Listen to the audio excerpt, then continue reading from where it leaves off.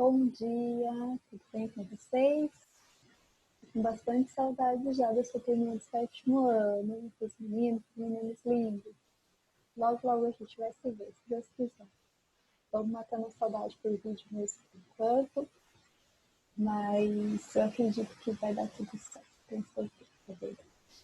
Pessoal, nós vamos falar um pouquinho hoje sobre a aula de história, tá? Continente africano. Bom, eu vou abrir na tela aqui alguns slides para a gente acompanhar, que fica um pouco mais fácil, tá? Desculpa aí a qualidade da imagem também ruim, mas dá para a gente ver um pouquinho, né? Eu queria falar com vocês, se vocês preferirem, pegar um caderno, pegar o livro, acompanhar a leitura do livro, né? Pegar um livro demais, alguma coisa, e fazer algumas anotações que vocês acharem pertinentes, tá bom? Alguma coisa que vocês acharem importante anotar, legal. Outra coisa que eu queria falar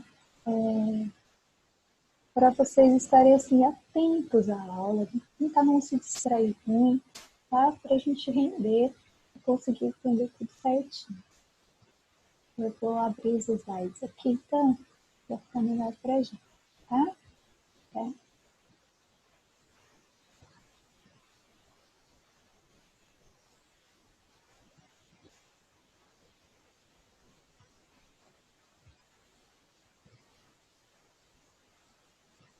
A gente não está conseguindo.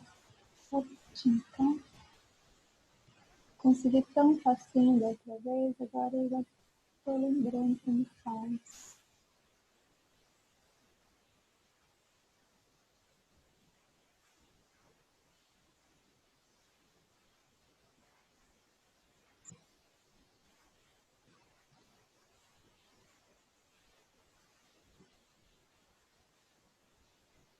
Lembrei, desculpa a demora. Fico um pouquinho nervosa, tá? Dessa vez passa. Da próxima vez prometo que vai ficar perfeito, tá bom? Bom, vamos lá, né? Sem enrolar, porque, gente, eu gravei a aula de sexto ano e ficou super longa, tá? Então eu vou tentar encurtar um pouquinho de vocês, então vocês vão ficar ouvindo a Fran falar por 1 hora, e eu acho que é muito tempo, né? É mais que uma aula lá da escola, então vou tentar encurtar um pouco, tá? Comecei meio enrolado, mas as próximas vai dar mais certo. Pessoal, nós vamos falar então sobre o continente africano, não o continente africano como ele é hoje, e não o continente africano como era, né, nas primeiras civilizações, porque isso a gente viu o ano passado. Esse ano nós vamos ver como eram as civilizações do continente africano, mais ou menos entre século 8 até século 16, 17. Então a gente vai pegar uma grande parte aí em período da história da civilização africana, principalmente as civilizações mais ali para o ocidente, tá? Onde banhada pelo Oceano Atlântico. Continente banhado pelo Oceano Atlântico, tá bom? Nós vamos ver então que as civilizações africanas, elas não eram, né, civilizações simples, elas eram civilizações muito complexas, ricas, muitas vezes organizadas, tá? E de repente hoje, infelizmente, a gente tem uma visão de que a África, pensa em África, já pensa em pobreza, pensa em miséria, mas nem sempre foi assim, tá? Existe até hoje em dia aí, uma tentativa muito grande de se tirar essa visão, né? Porque a África não é só isso. A África tem muita coisa boa, muita coisa legal, uma cultura maravilhosa, tem muita riqueza lá também, sim, tá? Em todos os sentidos de riqueza. Bom, então a gente vai ver a África, então, nesse capítulo, tá? Que é o capítulo 5 da unidade 2 do livro de História. Continente africano, sua sociedade, suas organizações sociais, dentro desses séculos que eu comentei, tá bom? Então, olha lá, comércio, poder e riqueza na África Atlântica, certo? Então, a África mais ali na região ocidental. O livro, gente, eu montei esses slides bem de acordo com o livro mesmo, para a gente não se perder, para ficar tudo certinho, né? Ele começa falando um pouquinho, então, dessa atualidade na África, né? Que os africanos, por um longo período, por muito tempo, eles foram mesmo dominados, explorados, né?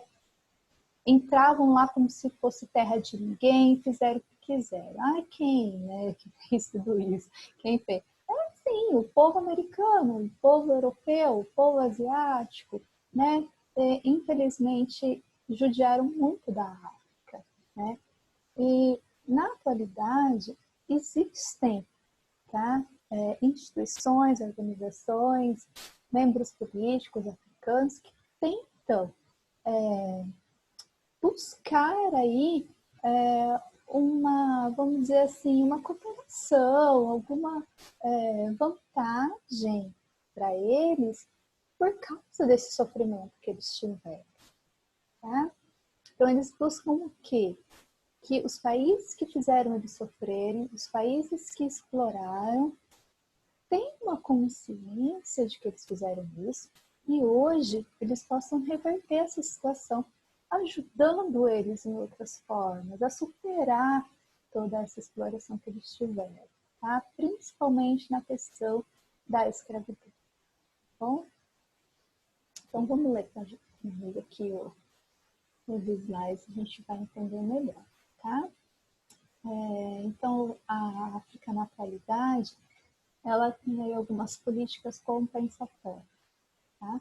No início do século XX, nações africanas organizaram conferências reivindicando, pedindo, tá?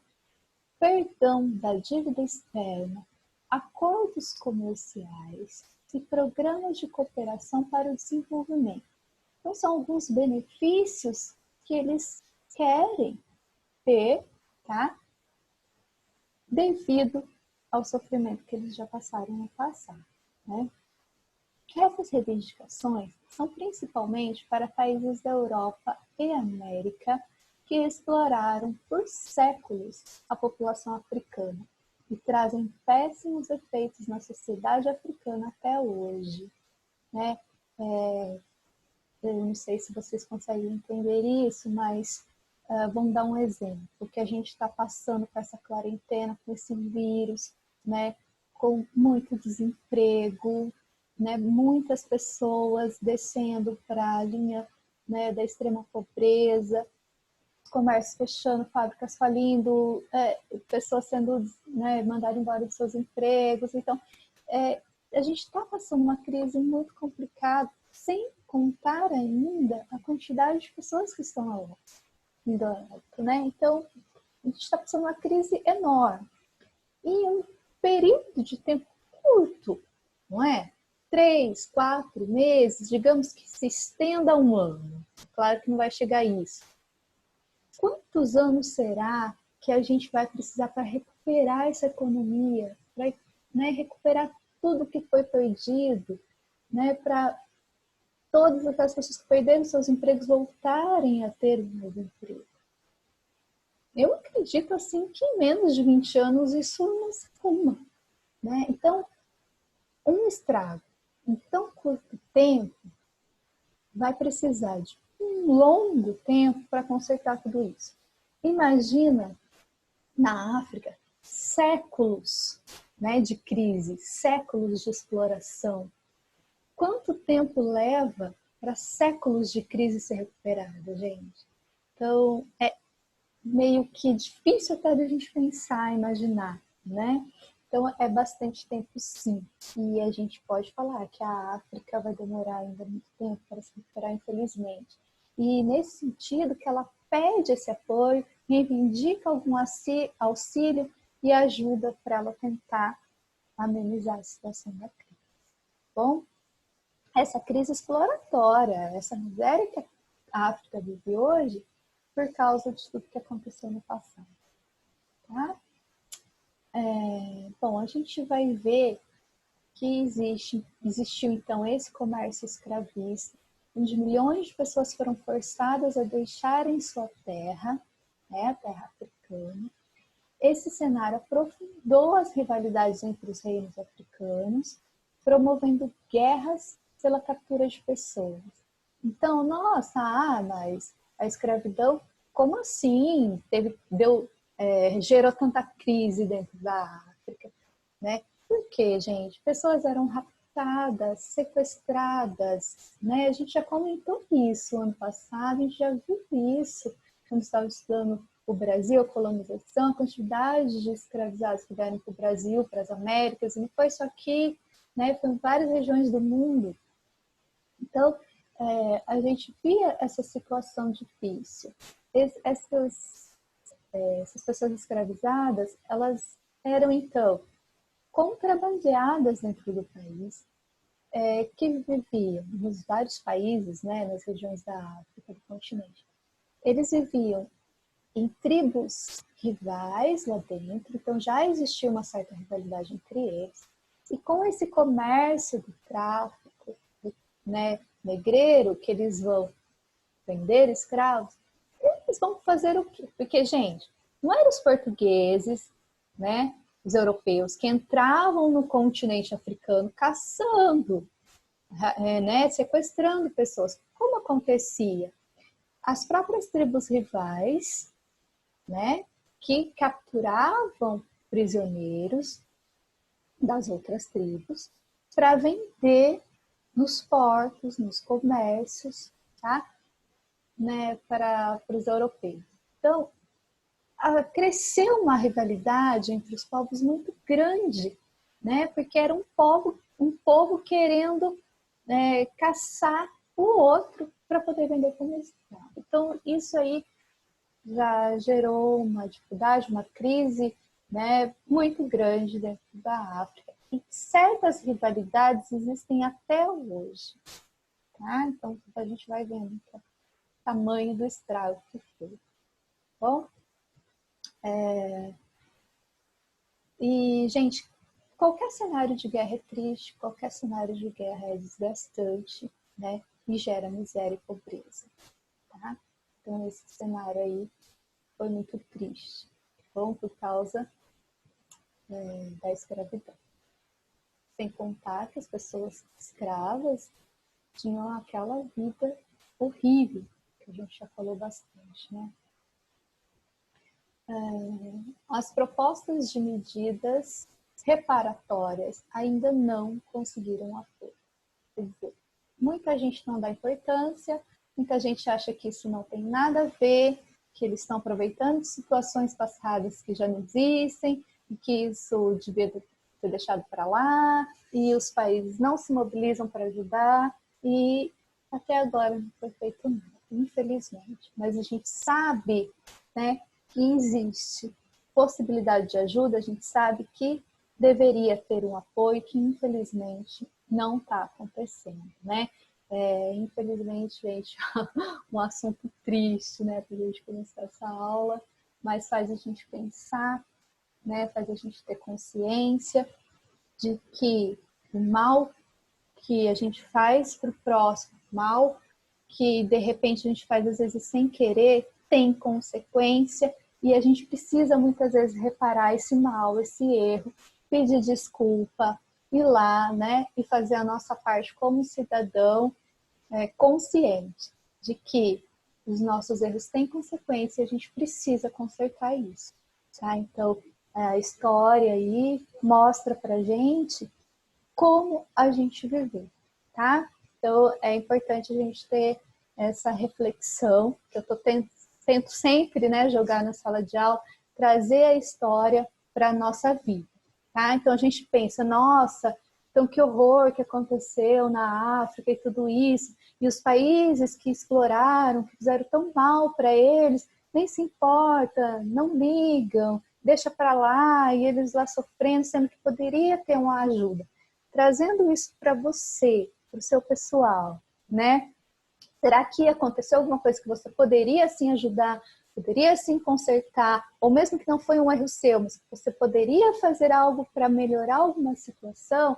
A gente tem que fazer, tá? A gente não pode omitir isso de jeito nenhum, tá bom?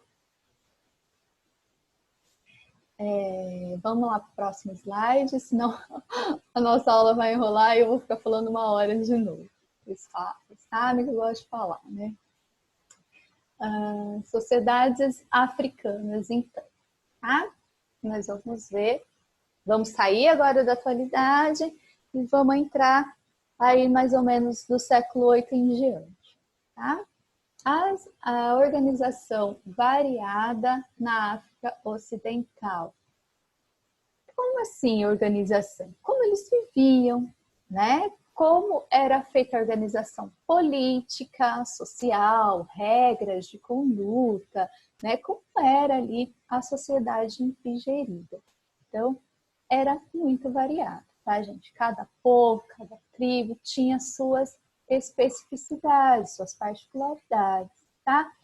De uma maneira geral, bem en passant, a gente percebe que é tudo muito parecido. Mas se for aprofundar o assunto, a gente vai ver que é tudo bem específico.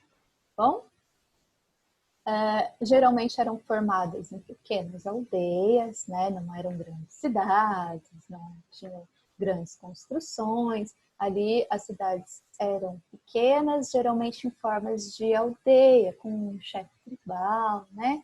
E uma ou outra cidade se destacou, sim, maior, mas a maioria era, assim, em pequenas aldeias. Eram, de primeiro momento, nômades, né? Vocês lembram que é nômade, gente? A gente tentou decorar já bastante tempo a palavrinha nômade. É aquele que está sempre buscando um lugar melhor para sobreviver, não tem uma morada fixa, tá? Depois, né, foi construindo as cidades, eles foram ficando sedentários, isso a gente já viu. Formando aí algumas grandes cidades-estados. Então, a maioria era, assim, pequena aldeia, mas também existia grandes cidades-estado, que a gente também já aprendeu ano passado. Cidades-estados eram cidades autônomas, tá? Com seu próprio líder. Ainda não existia o conceito de estado, país, tá? Então, mais ou menos como se fosse um país em forma de cidade, para vocês darem uma relembradinha. Vamos lá. Impérios que impunham autoridade em outras regiões. Império, né? O nome já fala, ele impera sobre outro. Então, o império é aquela cidade-estado que domina outras regiões e vai tomar conta de regiões maiores que não é só a sua, tá bom? Então, vai acontecer também de surgir alguns impérios, tá? Um líder tribal, um líder de uma cidade-estado, ele vai dominar outras regiões, tá? Formando, então, um império, tá bom? Gente, eu digitei esses slides e agora eu tô vendo que tem muita palavrinha errada. Vocês me desculpem mais uma vez, tá? É a digitação mesmo ali. Olha lá. Como será que essa palavra entra ele com nada? Entre os séculos 8 e 16, havia havia ricos e prósperos reinos, como Gana, né, gente? Ai, meu Deus. Eu só não vou fazer outro vídeo porque eu não tô sem tempo. Mas olha, tava digno de começar essa gravação tudo do zero, viu? Depois eu vou arrumar esse slide. Gente, é Gana, tá? É Gana, vocês vão ver no livro. Gana, Mali, Songhai, tá? Com comércios locais e internacionais que atraíam um grande número de pessoas. Bom, então, existiam então, seus impérios também, muito ricos e prósperos, né? E principalmente esses três aí e a gente vai ver um pouquinho de cada um. Tá? A religião islâmica, tá, foi bastante difundida nesse período no continente africano. Tá bom? Foi uma das religiões mais aceitas. Antes da religião muçulmana, eles eram politeístas, a gente aprendeu também essa palavrinha, eles acreditavam em muitos deuses, né? E a religião muçulmana foi bastante aceita, tá? E aí eles se tornaram monoteístas. Acentuada diversidade étnica e cultural que se mantém até hoje. Que seria acentuada a diversidade, gente, que teriam muitos tipos de cultura, tá? Muitos tipos de etnias. Tem gente que fala raças, mas é errado falar raça, tá, gente? É etnia. Povos com línguas diferentes, com cor de pele diferente, com estilo de vida diferente. Então, cada região ali tinha essa particularidade. O idioma, principalmente, vários. Tá? A língua falada ali, cada povo tinha a sua. Bom, coloquei um mapa para vocês aí dos principais reinos africanos, né? Desse período que a gente está vendo. Reinos e impérios. A gente vai ver aqui, ó, o Ghana, tá? Que eu tenho até um Hzinho na cenagem, mas não tem necessidade, que aqui está escrito em inglês, tá? A gente vai ver aqui o Yorubás, Songhai, Mali, Ghana, que são aqui essa região principal que a gente vai ver hoje. E aqui um pouquinho do Congo, tá? Aqui essa região de hoje, Zimbábue. Bom? Então, a gente vai ver aqui no continente africano, essas regiões aqui, ó, onde fica banhado pelo Oceano Atlântico. Essa região aqui que a gente fala que é o Ocidente. Bom? Eu vou ler os slides e aí eu vou explicando. Vamos falar um pouquinho primeiro do reino de Gana, tá? Gana significa chefe de guerra, tá? Ou o líder, ou o imperador, a pessoa que domina, tá bom?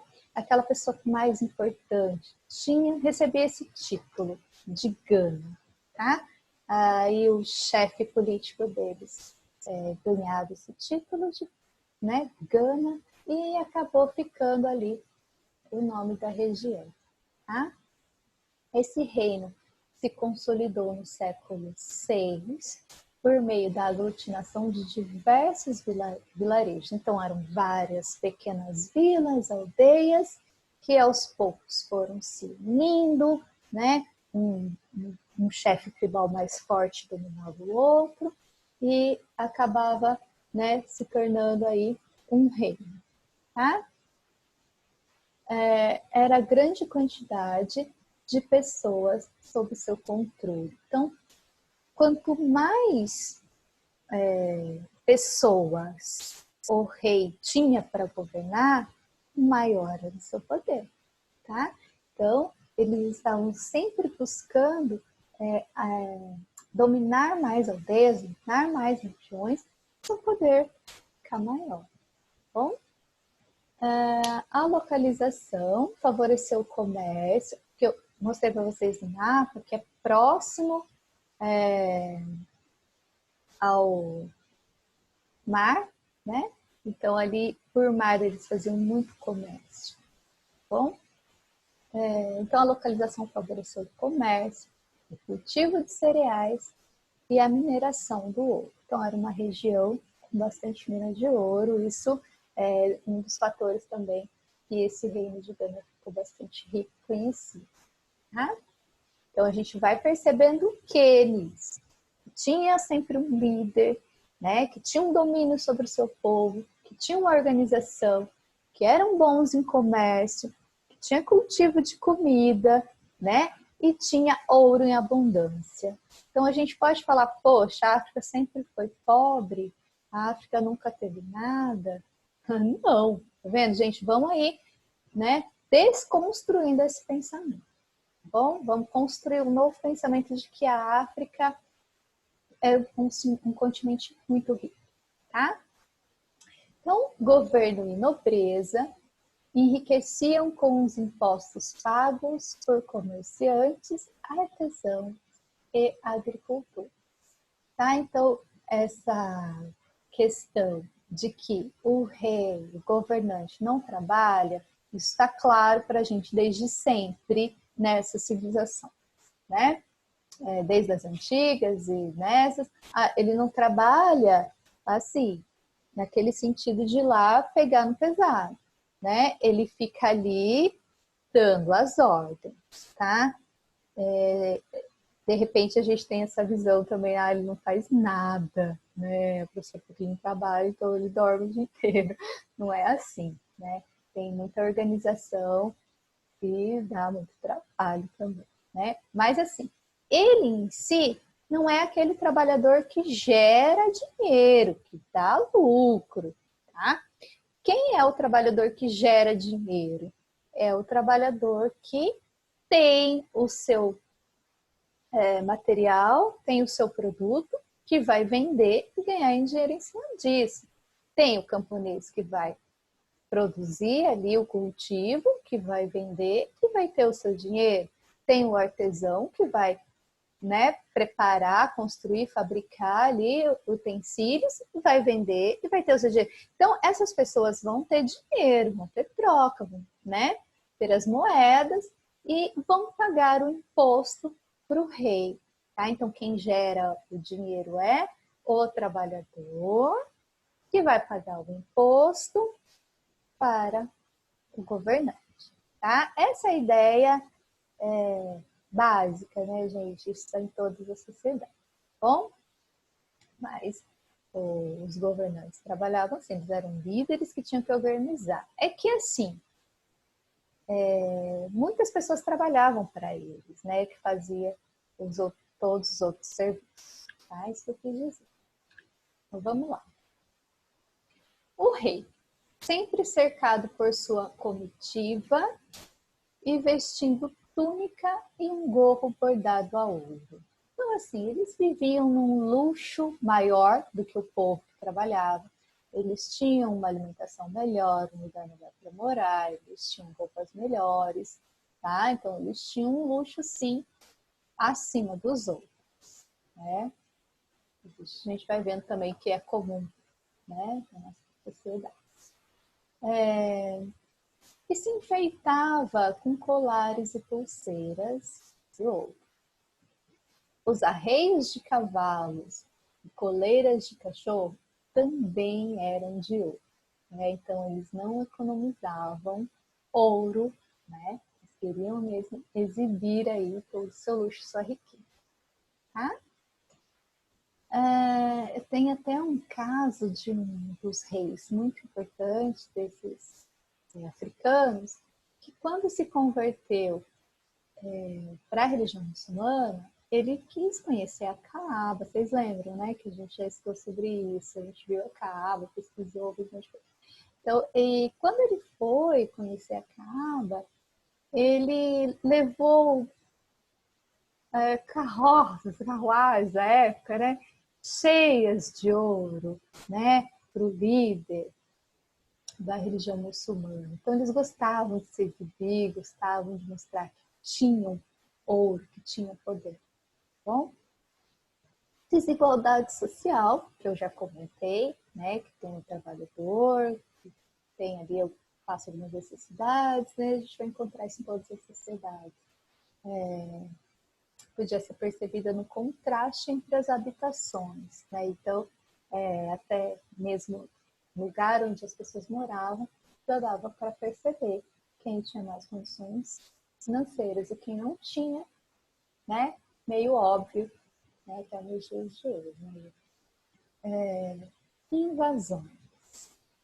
Mesmo com um exército poderoso, foi derrotado por povos islâmicos do norte da África por volta de 1076. Né? Então, um reino próspero, um reino rico, que tinha bastante organização, comércio, mas que foi também invadido. Né? Então, essa questão de invasão, povo invadindo o outro, sempre existiu, né? Não só na África, mas em muitas outras sociedades, e que a gente vai falar muito disso ainda, questão de invasão. Tá? Gana até conseguiu depois reconquistar, né, o povo de Gana, né, a linhagem desse povo, depois conseguiu conquistar, retomar o trono, tá bom? Mas ela nunca mais conseguiu tanto poder como tinha antes da invasão, né? Ela não conseguiu mais retomar toda aquela riqueza e aquela organização que tinha antes, tá? Então aí já começa assim um pouquinho de um declínio, tá? Na civilização de Gana. Vamos para a próxima.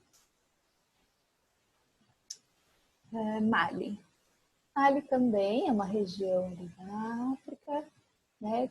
Uma das regiões que a gente comentou que é a Então, olha lá, o fundador foi Sundiata Keita. Esse cara foi famoso, tem até livro escrito sobre ele, tá? Fez muitos feitos, ia para as guerras e dominou muitos povos e tinha um exército enorme, forte e ele, né, dominou muitos povos e ele tem muita fama de um bom administrador, tá? Um bom governante também. Ele era conhecido até como o Leão do Mar. Tá? Ao se instalar no poder, cercou-se de milhares de letrados. Né? Um dos motivos da sua fama, né, da sua ótima organização, por ser um ótimo líder. Né? Por quê? Porque ele já se cerca de pessoas que entendem do assunto. Pessoas que leem, pessoas que estudam, pessoas que entendem, né? Que sabe fazer o certo, né? Então, aí a gente já vai vendo que ele era mesmo esperto e que foi já se cercando de pessoas letradas, inteligentes, sábias, tá? Então, o Sundiata, ele respeitou os costumes e as tradições das províncias que conquistou. É um diferencial, tá? Por quê? Porque geralmente quem domina, né, quer que aquele dominado faça exatamente igual ele quer, né? Ah, se eu falo tal língua, esse povo que eu dominei vai falar. Se eu tenho tal religião, o povo que eu dominei vai ter que seguir, né? Porém, o Sundiata não fez dessa maneira, tá? O que ele fez? Eu vou, né, respeitar os costumes dos povos que eu vou dominar, eu vou deixar eles, né, continuarem com as mesmas religiões, continuar com a língua deles, com os costumes, não vou interferir em nada, tá? Isso ajudou ele manter o poderio, o império sobre esses povos, tá bom? Que se o povo está sendo dominado por ele, mas não muda quase nada, então não faz tanta diferença de quem está sendo governado. Então, para muitos, era essa a lógica. Tá? Então, ele conseguiu manter por mais tempo seus domínios. A administração.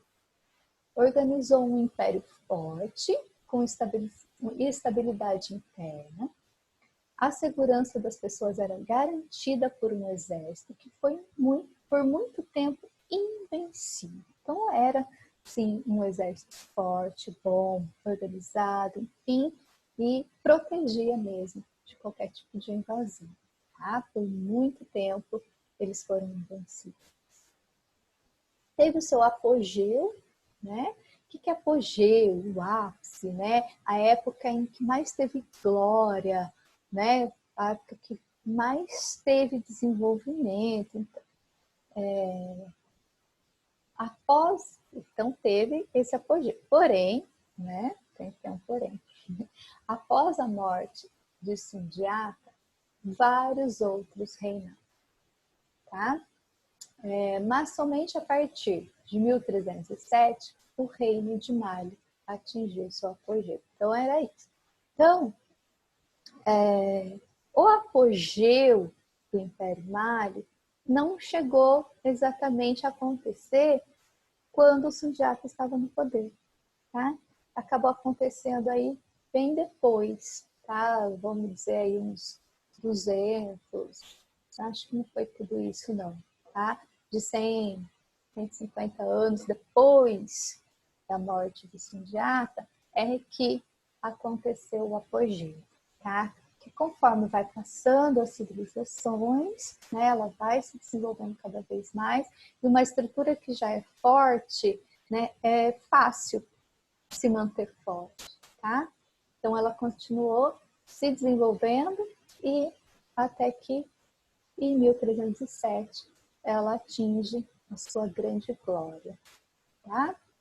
Pessoal, as dúvidas a gente vai comentando depois no horário de aula pelo WhatsApp, tá? Vocês vão me perguntando. E aqui eu vou falando, começando aqui, seguindo os slides, aí de repente surge uma dúvida aí, né? Vocês vão poder me perguntar depois. Anotem as dúvidas, porque de repente assiste essa aula, assiste outra, vai, hora que para pensar, nem lembra mais a dúvida, né? Então, é legal a gente anotar as dúvidas para depois a gente conversar. Bom, eu vou precisar agilizar um pouco. A economia do Mali, tá? Então, como era essa economia? Tá? Mali superou Gana, Gana já era um império forte, rico, desenvolvido, como eu falei, porém Mali superou, foi melhor ainda, tá? Em extensão e poder. Os rios facilitavam o transporte de mercadorias em que se destacavam o ouro e a noz de cola. Que a noz de cola é um fruto consumido nas regiões desérticas para diminuir a sede e combater a fadiga. Ela é rica em cafeína, então deixava o povo ali mais animado, né? Bom, energiza um pouco. A base da economia, comércio do ouro, então eles comercializavam muito ouro, né? Isso era uma das bases, que é base, é o que gera, o que mais dá lucro ali no momento, tá bom? A agricultura do arroz, do algodão, feijão, milhete, que é parecido com milho mesmo, só que são uns grãozinhos menores. E a criação de animais. Religião. Alguns eram politeístas, porém, muitos se converteram ao islamismo. Ah, mas por que não é tudo islamismo ou não é tudo politeísta? Lembra que o Sundiata, ele deixou cada, né, aldeia continuar com seus costumes. Então, aquele que queria se converter ao islamismo, sim, quem não queria, sem problema. Então, no caso aí, ficou essa possibilidade, tá? Inclusive, alguns reis também se converteram, tá, ao islamismo, o que favorecia o comércio com os árabes. Lembrando que os árabes eram muito desenvolvidos, tá? Eles fizeram coisas extraordinárias que a gente usa até os dias de hoje. E eles eram bons no comércio, tá? Tombuctu, uma das cidades mais importantes do Reino de Mali, tá? Ela é até hoje cuidada pela Unesco como patrimônio histórico-cultural, né? Ela está tendo ali uns cuidados porque por causa do desgaste do tempo, né? E por causa de uma deteriorização, coisas que acontecem com o passar dos anos, a Unesco está ali ajudando a cuidar, tá, dessa cidade para que fique mesmo como um marco histórico para a nossa sociedade aí, né? A gente fala, nossa, porque seria muito legal se um dia a gente pudesse visitar. Nós somos descendentes de africanos, né? Veja o país Brasil, né? Mais de 50% da população é negra, então, e a nossa cultura tem muito, né, afro, então, quando a gente fala assim de cidades inteiras tombadas de grandes coisas assim históricas que marcaram a sociedade, faz parte de nós também, tá? Vamos lá. Principal cidade do Império, com cerca de 25 mil habitantes. Para a época, gente, 25 mil habitantes é muita gente, tá? E centenas de escolas. Olha, eles valorizavam muito a educação, tá? Lembra que eu falei disso já, né? Ponto estratégico no deserto do Saara, transportando sal, ouro, tecidos, pele, marfim, entre outros produtos, tá? Então, eles trabalhavam ali, comercializavam vários tipos de produtos. E uma cidade muito rica e desenvolvida. Ponto estratégico para o comércio, tá? O enfraquecimento foi devido a invasões e ataques em fins do século XIV. O enfraquecimento continua mesmo com as alianças feitas com os portugueses lá depois do século XV, tá? Os portugueses fizeram muito comércio com os povos africanos, a gente viu isso já em aula, tá? Nas grandes navegações que eles fizeram contato com os africanos, a gente até já conversou sobre os interesses desses portugueses europeus, porque eles pararam na África, né? Se vocês lembram, se vocês quiserem, a gente retoma lá depois nas vídeos. Algumas imagens aí para vocês, tá? Esculturas feitas lá do reino de Mali, esse. Bom, um guerreiro, né? Lá, um comerciante. Aqui é uma das construções da cidade de Tombuctu. Aqui é a cidade antiga, tá? Então, a gente vai vendo o estilo das construções, né? Bem diferente do que a gente está acostumado a ver, né? Bem rústico, né? Mas bem legal, eu acho muito bonito. Vamos lá para... Agora nós vamos falar um pouquinho de Songhai, tá? É outra região, né? A organização política e administrativa. Os funcionários do governo formavam o Conselho Central, que discutia todos os problemas do Império. Tinha uma organização política em que eles organizavam ali tudo o que ia acontecer dentro do Império, a sociedade, a questão administrativa em geral. No século XII, formou-se a capital de Songhai. Por estar às margens do rio Níger, transformou-se em uma região de intercâmbios comerciais. Tá? Devido à região, a localização, gente, sempre tem influência do que vai acontecer, né? Se é uma região muito afastada, ninguém tem acesso, não tem nada ali, gente, aquilo ali vai perecer, né? Mas se tem uma localização estratégica, uma localização central, que fica no caminho de muitas pessoas, essa cidade vai se desenvolver, né? Vai se desenvolver no comércio, na cultura, né? No desenvolvimento de conhecimentos em geral. Bom, a gente já falou bastante disso também. Economia, comércio por meio de trocas ou moeda, agricultura, criação de animais e pesca. Religião, ligadas a crenças religiosas tradicionais. As tradicionais são as deles, desde sempre, aqueles que, né, eles passam de geração para geração e geralmente politeísta. Tá bom? A Songhai não teve aquele contato grande com a religião muçulmana. Domínios externos. Conquistou cidades do Mali, aumentou seus impostos, reorganizou seu exército, incorporando prisioneiros e escravos. Também iniciou a prática do comércio de ouro e escravos com os portugueses. Né? Então, infelizmente, vender escravos, vender pessoas é crime, né, gente? Mas naquela época dava dinheiro. Infelizmente, a gente sabe que acontece aí umas coisas horríveis nesse sentido. Bom, Ele então conquistou, né, Songhai conquistou Mali, né, que era um império tão grande, tão forte, mesmo assim conquistou algumas cidades do Mali, aumentou muito o imposto, quer dizer, o rei enriqueceu bastante, podendo investir em soldados, né, organizando aí melhor os seus domínios. E cresceu bastante. Teve também muitas rivalidades. No final do século XVI, Songhai foi derrotado pelo Marrocos. Tá?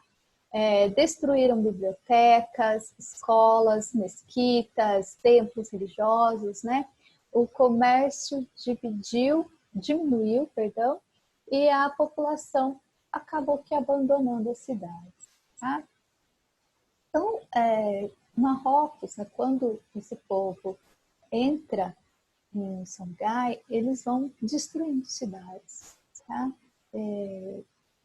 Queimam, né? Roubam, saqueiam, né? Vai acabando com tudo aquilo ali, tá? Então, muitas das invasões eram nesse sentido, tá? Não só de dominação do povo, mas para destruir mesmo, enfraquecer aquele reino, enfraquecer aquele povo, roubar o máximo possível de coisa que eles têm, né? Para ter destaque depois do seu povo. Você pegar o comércio, você pegar as rotas, você pegar tudo que ele tinha. Tá? Então, algumas invasões eram nesse sentido. Vamos lá. Algumas imagens, tá? Dê uma olhadinha aí em Songhai. Tá? Olha que cidade organizada, né, gente? Tudo bem construído. Apesar da seca, do deserto, né, gente? As pessoas são heróis para mim. Porque um pouquinho que seca o clima aqui, eu já fico mal, imagina, né? Olha aí, eles líderes de exército.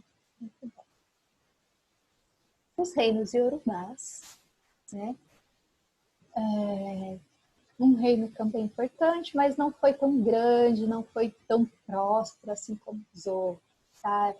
Foi um reino muito dominado, um lugar onde muitas outras tribos, outros reinos capturavam pessoas ali para vender, então ali já não foi esse destaque todo, tá? Formaram reinos independentes, né? No Vale do Reino Níger, quer dizer, não tinha um reino único dominando tudo, eram vários reinozinhos independentes e isso enfraquecia um pouco. Tá? Ilha-Ilefé é principal cidade. Tá? Eles têm lá as crenças deles, né, de que foi o Deus, o Duduá, que fez, que criou, né? Então eles têm lá as suas misticidades também. Tinha uma monarquia divina, né? O líder era representante de Deus, então eles seguiam o rei como se ele fosse Deus. Bom, teve também seu declínio, né? No século XVI, o comércio enriqueceu cidades próximas aos povos. Nesse processo, Ilé-Ifé entrou em declínio, mas sua importância religiosa perdurou.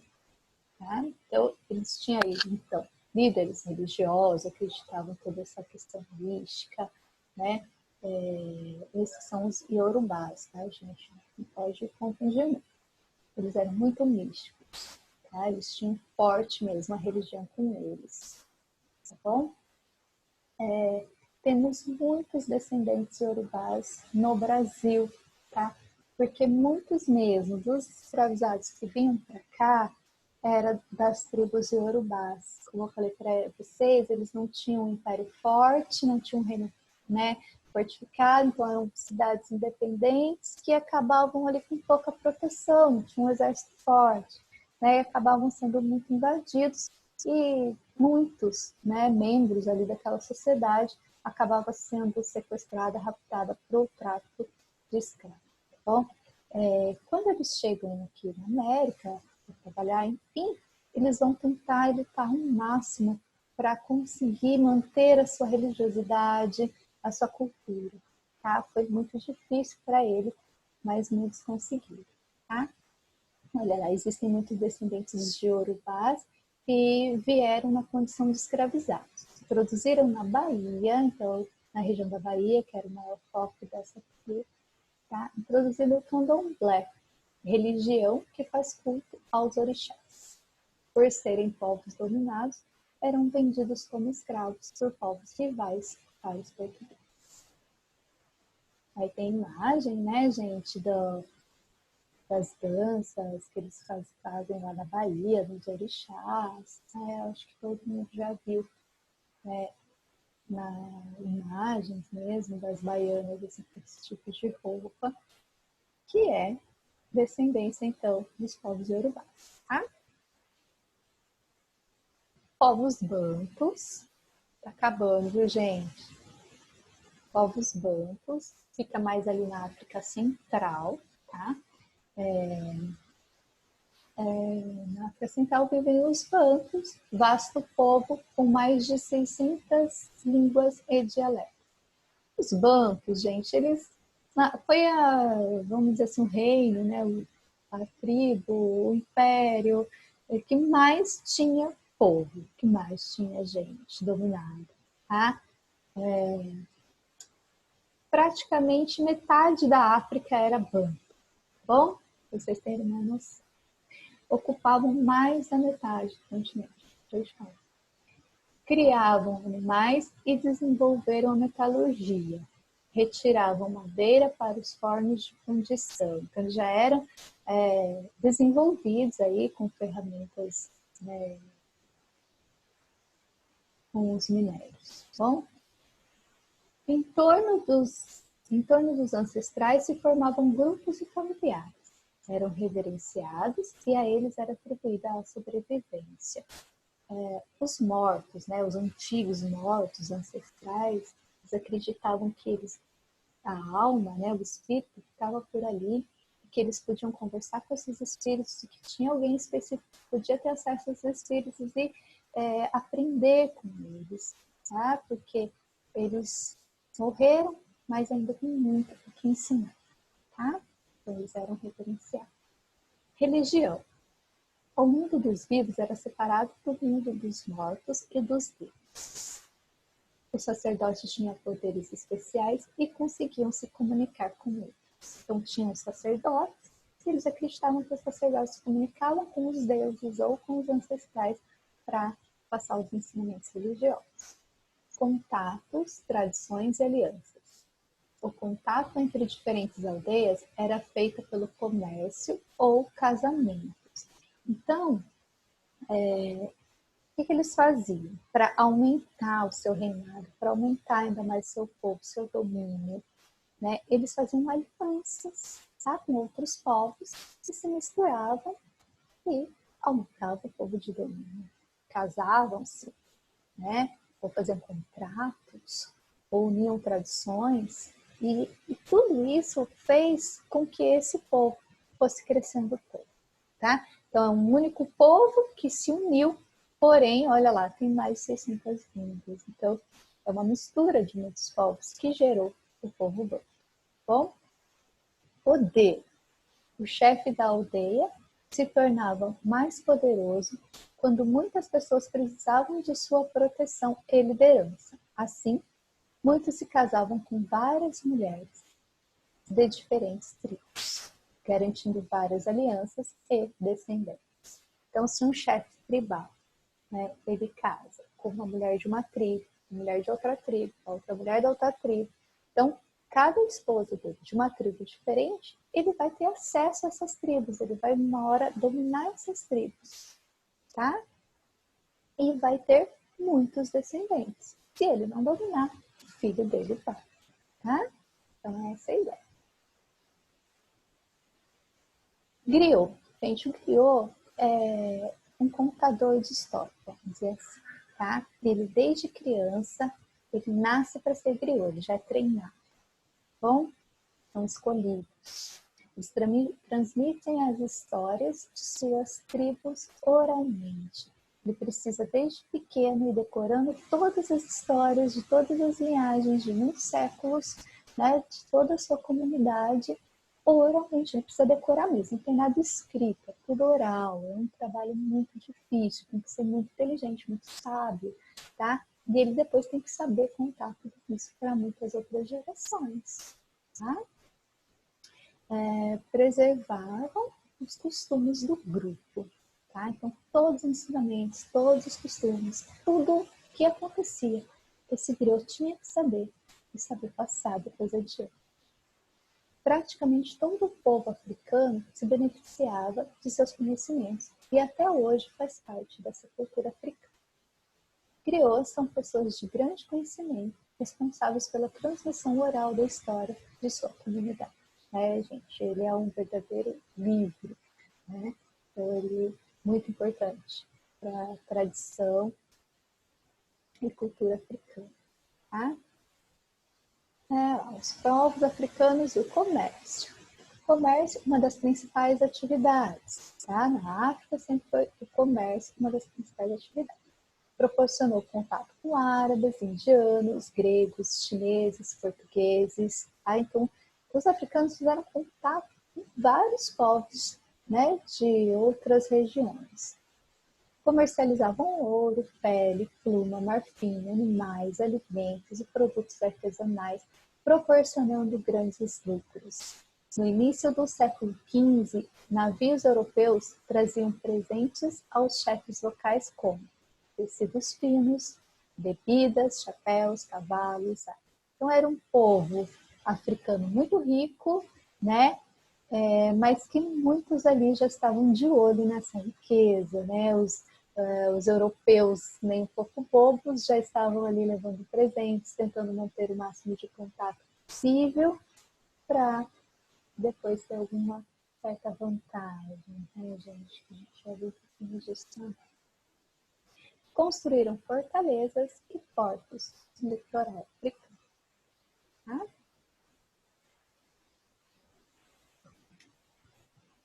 Escravidão praticada na África, gente. Então, eles só capturavam para vender escravo. Não, eles também tinham seus escravos, tá? Só que a escravidão não era a base da mão de obra. Bom, era o trabalhador, tinha um salarinho, tinha ali, né, o seu desenvolvimento. O escravo era uma consequência, vamos dizer assim, tá? A principal fonte de escravizados eram prisioneiros de guerra, né? Ou que tinham cometido algum tipo de crime ou tinham dívida, tá? Se você tem uma dívida com alguém e não consegue pagar, e vai enrolando, e vai passando, a pessoa para que você deve podia te tomar como escravo. E você trabalhava um tempo para essa pessoa até pagar sua dívida. E você era liberto depois. Crimes, né? Em vez de ser preso, você virava escravo, mas depois de pagar sua pena, também era livre.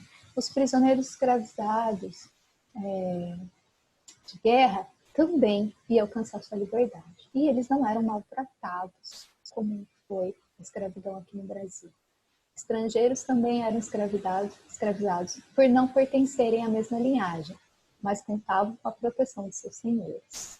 A escravidão ocorria em áreas com circulação de riqueza ou onde as diferenças sociais eram intensas. Tinha muita diferença social, acabava mesmo na guerra e acabava tendo um monte de prisioneiro de guerra e, né, escravo. E muita circulação de riqueza, né? E que às vezes acontece aí um roubo, alguma coisa assim. A escravidão praticada por povos africanos não era violenta como foi na América. A economia africana não era baseada na mão de obra escrava, como foi o Brasil por muito tempo. Né, gente? A mão de obra principal, a base, era a escravidão. E isso foi uma judiação muito desgastante. Né? Bom, pessoal, eu vou pedir para vocês fazerem as atividades do livro, né, aí de história, da página 67. Não precisa copiar as perguntas, pode só responder, tá? A questão 1, 2, 5, 6 e 7, tá? Cuidado aí, que eu selecionei alguns. Realize em folha separada, se quiser entregar pessoalmente lá na escola depois para eu poder corrigir, tá bom? Mais ou menos aí, dia 10 a gente está combinando, mas não é certeza a data. Depois a gente vê isso certinho mas por hora, né, tentem se programar para entregar para mim até o dia 10, tá? Então faz em folha separada, coloca o seu nome, coloca o assunto, o capítulo, o conteúdo, tudo bonitinho, e depois responde as perguntas. Faz um cabeçalho para entender certinho, não esquece de pôr seu nome, tá? Ou você pode escanear depois essa folha, ou você pode digitar as respostas no Word e mandar para mim por e-mail, tá? Aí você vê como fica mais fácil para você mandar essa atividade para corrigir. O e-mail está aí, ó, alunusbase@gmail.com. Tá? As dúvidas, o feedback da correção, eu vou passando para vocês depois no horário de aula, lá no nosso horário certinho, pelo WhatsApp, tá? Quem quiser fazer uma videochamada, quem quiser ligar, sem problema nenhum, tá bom? Beijo, até mais. Vou fechar aqui, né? Como que é mesmo? Ai, deixa até eu decorar como faz isso. Aí, deu certo. Tchau, tchau, gente.